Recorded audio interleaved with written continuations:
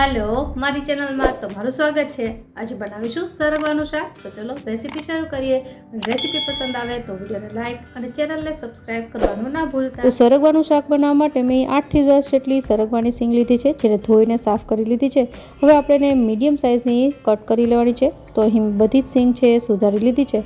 હવે સરગવાની સિંગને બાફવાની છે। તો અહીં આપણે એને કુકરમાં લઈ લઈશું અને ત્યારબાદ અડધીથી 1 ચમચી જેટલું મીઠું ઉમેરી અને અડધા કપ જેટલું પાણી નાખવું। અહીં પાણી છે એ એકદમ ઓછું નાખવાનું, નહીંતર સરગવાની સિંગ ઓવરકુક થઈ જશે। હવે મીડિયમ ગેસની ફ્લેમ પર 1 થી 2 સીટી કરવાની છે। તો હવે કુકર ઠંડુ થઈ ગયું છે, ચેક કરીએ તો તમે જોઈ શકો છો ફક્ત 2 જ સીટી કરી છે, છતાં પણ સરગવો છે એકદમ સરસ રીતે ચડી ગયો છે। તો અહીં સરગવો જ્યારે પણ બાફો ત્યારે વધારે સીટી ન કરવી। હવે આમાં જે પાણી હોય છે ફેંકી ન દેવું, એનો આપણે શાકમાં જ ઉપયોગ કરી લઈશું।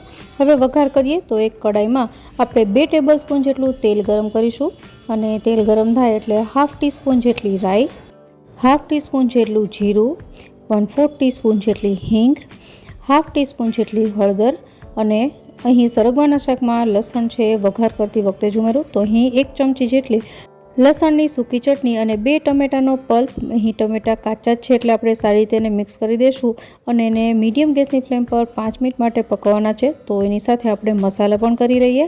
તો અહીં 1/2 ટીસ્પૂન જેટલો ધાણા જીરું પાવડર, સરગવાના શાકમાં કલર સરસ આવે એની માટે 1 ટીસ્પૂન જેટલું કશ્મીરી મરચું અને ટમેટાના ભાગનું મીઠું સ્વાદ પ્રમાણે અને 1 ચમચી જેટલી ખાંડ।